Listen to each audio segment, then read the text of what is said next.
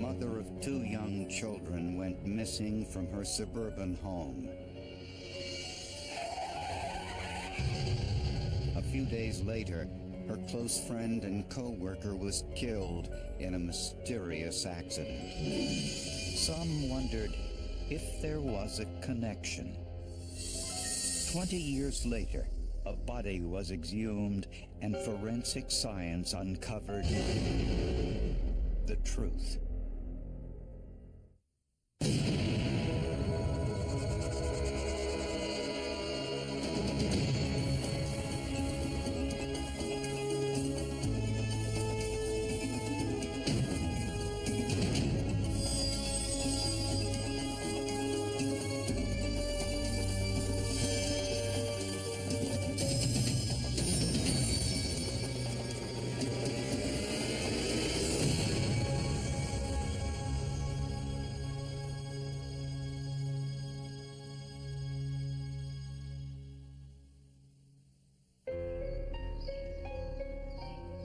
It's winter in Ohio.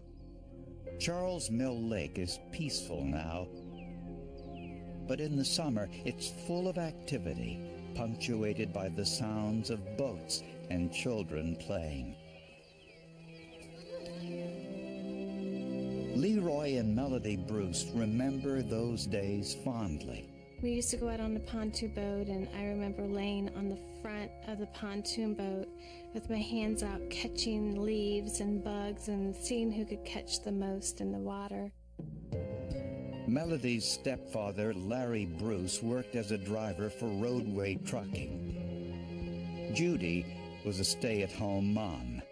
My mom was kind of introverted. She did not really socialize a lot because of her speech impediment. She had a hard time with people understanding what she was saying. The speech impediment, the result of a cleft palate, made Judy self-conscious. But when she had corrective surgery, her life changed. Well, she got her driver's license, she got a car, she got a job at Mansfield General Hospital in housekeeping. She was making friends there. Judy loved her job at the hospital, but on the morning of November 2nd, 1978, she was too sick to go to work. She was sick the day before. She was not feeling well, and as I came out of my bedroom from getting dressed, the door was cracked about 6 inches. I looked into my parents' room, and I was able to see that she was laying there. The children walked outside to the bus stop. Their father left with them to go to work.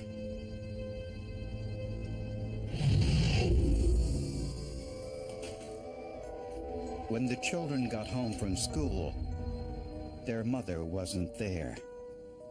My brother was already home. He asked me when I came in the door if I knew where Mom was at. You look that way, I'll look this way. When Larry got home from work, he too was concerned and called police to report her missing. It appeared that the only thing missing from the house was Mrs. Bruce and the clothes she was wearing. Her car was still there, her purse was still there, her prescription drugs were still there. And there were no signs of forced entry or any kind of struggle. We called the office to see if maybe she was admitted to the hospital or if she showed up at work, and nobody had seen her. Family, friends, nobody. After searching all night, police made an unfortunate discovery. The police just kind of swarmed into our house, and I was standing at this kitchen sink doing dishes. And they had said that they had found my mom, but she was dead. Her body was discovered in a deserted campground along a creek, just a few feet from a newly paved road. She was in her pajamas and wrapped in a blanket.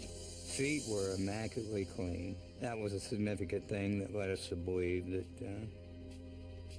she wasn't murdered at that spot. During police questioning, Larry Bruce said that Judy had planned to spend the day home in bed because she was sick. He also said he had no idea where she might have gone. The children provided Larry with an alibi, confirming that he had left the house with them that morning. And Larry's timesheets confirmed he had gone straight to work. He pretty much kept his entire schedule that day. Nothing was out of order. There would have been no other time that he could have committed the homicide. Police noticed that Larry's shoes had dirt on the soles, and they wondered whether the dirt was from the area around Judy's body. So Larry's shoes and a dirt sample from the campsite were sent to the FBI for analysis. The results were inconclusive. But Judy's autopsy revealed several new clues and raised even more questions. Judy Bruce's body was sent to the Cuyahoga County coroner for an autopsy. The medical examiner ruled the death a homicide. The final coroner's report indicated the cause of death was asphyxiation. She was actually smothered to death. The time of death is an inexact science, but was estimated to be either shortly before or within a few hours after Larry and the children left the house. The autopsy also revealed that Judy's bladder was empty. When you consider a person who is dying of suffocation, when they die that way, their bladder evacuates involuntarily. Investigators found no significant urine sample near Judy's body in the park. This was another indication she was killed elsewhere. Interestingly, Judy's children told police their father had complained about some soiled bed sheets shortly after Judy disappeared. I can remember him came around and threw in a bed sheet into the trash. I was, why are you burning that? He's like, well, the dog urinated on it. On hearing this news, police immediately confiscated what remained of the bedding from the master bedroom. There was some blood staining on one of the pillowcases, and there were some unexplained stains on other blankets on the bed. But the forensic tests at the time were unable to identify whose blood and urine it was. Back then, the technology did not exist to detect whether it would have been animal, human. The only technology we had was to get a type of blood. In fact, you couldn't even get the blood type because the sample was so small. In the trunk of Larry's car, investigators found some oak leaves, but little else. They didn't have a lot of evidence, and what little evidence they did have, forensic science hadn't come a long way toward making it useful. Just a few days later, there was another death in Mansfield. One of Judy's co-workers, James Isaac, was killed in a traffic accident. And Larry Bruce made a startling revelation. He told police that Isaac was having an affair with his wife and accused Isaac of killing Judy, and then he may have killed himself. Bruce implied that Isaac was somehow responsible for Judy's death and killed himself due to his guilt over it. But no one could corroborate Larry's claims. and the primary focus continued to be on Larry Bruce. We ultimately made the decision not to press for the indictment at that time because everything we had at that time was circumstantial. Time passed, and Judy Bruce's murder slowly drifted to the bottom of the unsolved case file. I never forgot the case. I would drive by their residence, and we would even drive by Roadway Trucking.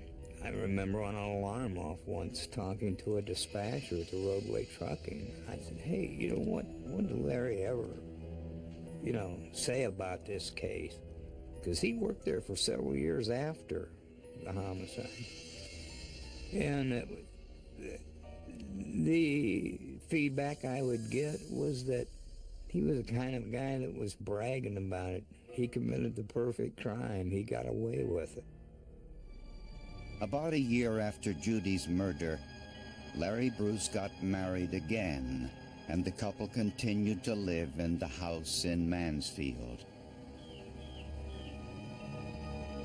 For the next 20 years, the case went unsolved until a cold case unit delved deeper into the death of Judy Bruce.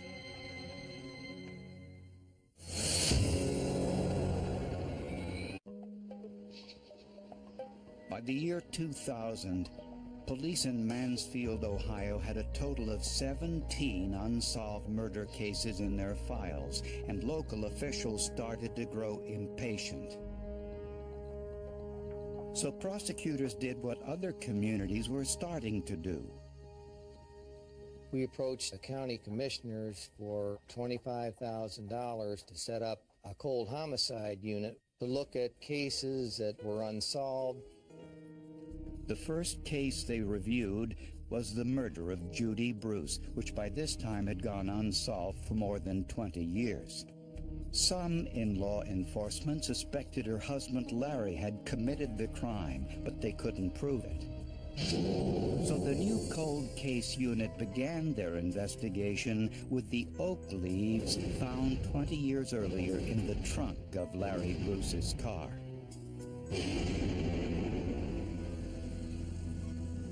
So it was our theory that when he opened the trunk to take the body out, some of those oak leaves fell into the trunk of his Cadillac. And information presented in this very television series suggested a new way to test them. I was watching a Forensic Files episode one night, and they had a story about out west in Arizona had done a plant DNA case. The crux of that investigation was a seed pod found in a suspect's truck, which was later matched with plant DNA to the Palo Verde tree next to the victim's body.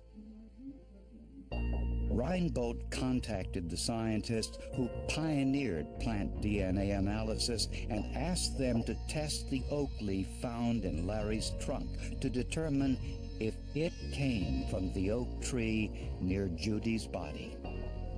I did go out to the camp to see if black oaks and red oaks grew nearby, and there were quite a few of them right up the short ways up the street there. Unfortunately, too many years had passed, and scientists were unable to extract any DNA from the leaf. But to their credit, police didn't give up. Investigators decided to retest the stains on the bedding from Judy Bruce's bedroom. DNA analysis, which didn't exist in 1978, determined that they were semen. One stain matched Larry Bruce's DNA, Judy's husband. The other did not. When Judy was murdered, Larry claimed that Judy was having an affair with the co-worker, James Isaac, who died in a suspicious traffic accident days after Judy's death. To see if it was Isaac's DNA on the bedding, investigators obtained a court order allowing them to exhume James Isaac's body. When the DNA profile from Isaac was compared with the unidentified semen on the electric blanket, it was found to be not a match, so the semen on the electric blanket remains unidentified. Investigators found no evidence that Judy Bruce and James Isaac were anything more than acquaintances. Next, investigators asked Dick Bisbing, senior research microscopist at McCrone Associates, to analyze the dirt on the bottom of Larry Bruce's shoes, which were still in evidence. To do this, Bisbing used a polarized light microscope. It's like looking through polarized sunglasses, and by manipulating the light, we can see different optical properties, different optical features of each of these mineral grains. Their appearance, their color, their optical properties all help us identify the type of mineral. The dirt on Larry's shoes did not match the samples of dirt around Judy's body, but the polarized light revealed an important, previously undetected clue: these brightly colored minerals. The soil from the shoes contain calcite, which is calcium carbonate, could be from limestone, and that type of material is often used in roadways, roadbeds. Near Judy's body was a roadway that had been paved with new limestone gravel just days before her body was dumped there. This was the first potential link between Larry Bruce and where Judy's body was found. Next, investigators sent the trunk liner from Larry's Cadillac and the blanket Judy had been wrapped in to the Cuyahoga County Coroner's Office for forensic analysis. We were trying to find any piece of evidence that we could that would put Mrs. Bruce's body or the moving pad that she was wrapped in into the trunk of Bruce's car or inside his car in any fashion. Forensic scientist Curtis Jones used tape to collect any loose fibers from the blanket that covered Judy's body. Using a comparison microscope, Jones compared the fibers to see if they were similar. The three different fiber types that made up the trunk liner were also found on the moving blanket. But were the fibers in Larry's trunk an exact match to the fibers from the blanket covering Judy's body? To find out, Jones used Fourier transform infrared spectroscopy, a technology not available in 1978. The FTIR uses infrared energy, and it passes that infrared energy through the fiber or material that you're examining, and the infrared energy is absorbed or not absorbed by the chemical bonds of the material, and that produces a spectrum of peaks and valleys that can be used to determine what chemical bonds are present. And the result? The three fibers from the blanket were synthetic rayon, and the three fibers found in the trunk were also synthetic rayon. The evidence doesn't lie, and in cases there's both sides of the story, but the only real side that doesn't ever lie is the evidence. More than 2 decades after Judy's death, Larry Bruce was arrested and charged with her murder. And prosecutors also learned that Judy was keeping a dark secret, something that Larry Bruce did not want to come to light.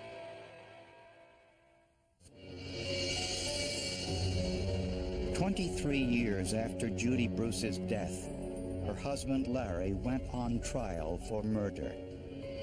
Prosecutors' first witness was the couple's son, Leroy. On the morning of his mother's death, he recalled going into his parents' bedroom to get a permission slip signed for school. I stood there as he signed that permission slip that there was basically no movement. You know, I'm sure Mom would have at least came to see what was going on. Prosecutors believed Judy was already dead. After Larry got the children off to school, prosecutors say Larry wrapped Judy's body in a blanket and put it in the trunk of his car. As he left for work, he waved to the children at the bus stop, hoping they would be his alibi. Then he went directly to work to keep his usual schedule. But after work, he stopped by the deserted camp and dumped his wife's body. The synthetic rayon fibers from Larry's trunk liner were transferred to the blanket covering Judy's body. And Larry's shoes picked up the calcite particles from the newly paved limestone, where they were discovered 20 years later by alert forensic scientists. The prosecutors were able to put up a good faith effort and tell them this is everything we know using modern forensics about the evidence that we do have remaining to us, and we pulled out all the stops, and here's what we know. Prosecutor Mayer saved his most compelling witness for last. From the age of 5 until I was 14, Larry was sexually molesting me. If I wanted to go do something, he would tell me I would have to do something for him first. Melody was Larry's stepdaughter. She also presented evidence that her mother knew what was going on and that Larry had the motive to silence her. When she was a little girl, before her mother was murdered, she was being molested by her father in a bedroom. By chance, her mother, Judy Bruce, came into the bedroom. She witnessed the molestation. She was furious with her husband, Larry Bruce. A vicious argument ensued immediately after that, very loud profanities. And then the defendant got so worked up, Larry Bruce, that he took a swing at his wife and missed her and punched the wall and broke a bone in his arm. The defense presented no witnesses, arguing that the prosecution hadn't proved its case beyond a reasonable doubt. Look at every angle of this, and you'll see that it's an entirely circumstantial case. The jury deliberated for less than 2 hours. We, the jury, find the defendant, Larry Bruce, guilty of the crime of murder.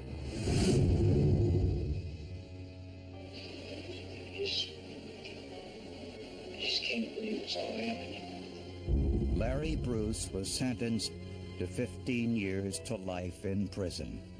I was glad that he was being convicted, but in the same time, I didn't want to be there. I didn't want to have to deal with it. I didn't want to face the reality that this really did happen. After more than 20 years, old-fashioned police work and modern forensic science finally brought justice for Judy Bruce's family. The forensic evidence was very important to this case because without it, it's very likely that the jury would have acquitted the defendant. If I could get into a time machine and go back to 1978 and tell those investigating officers the things that would be available today, I think it would be beyond their imagination.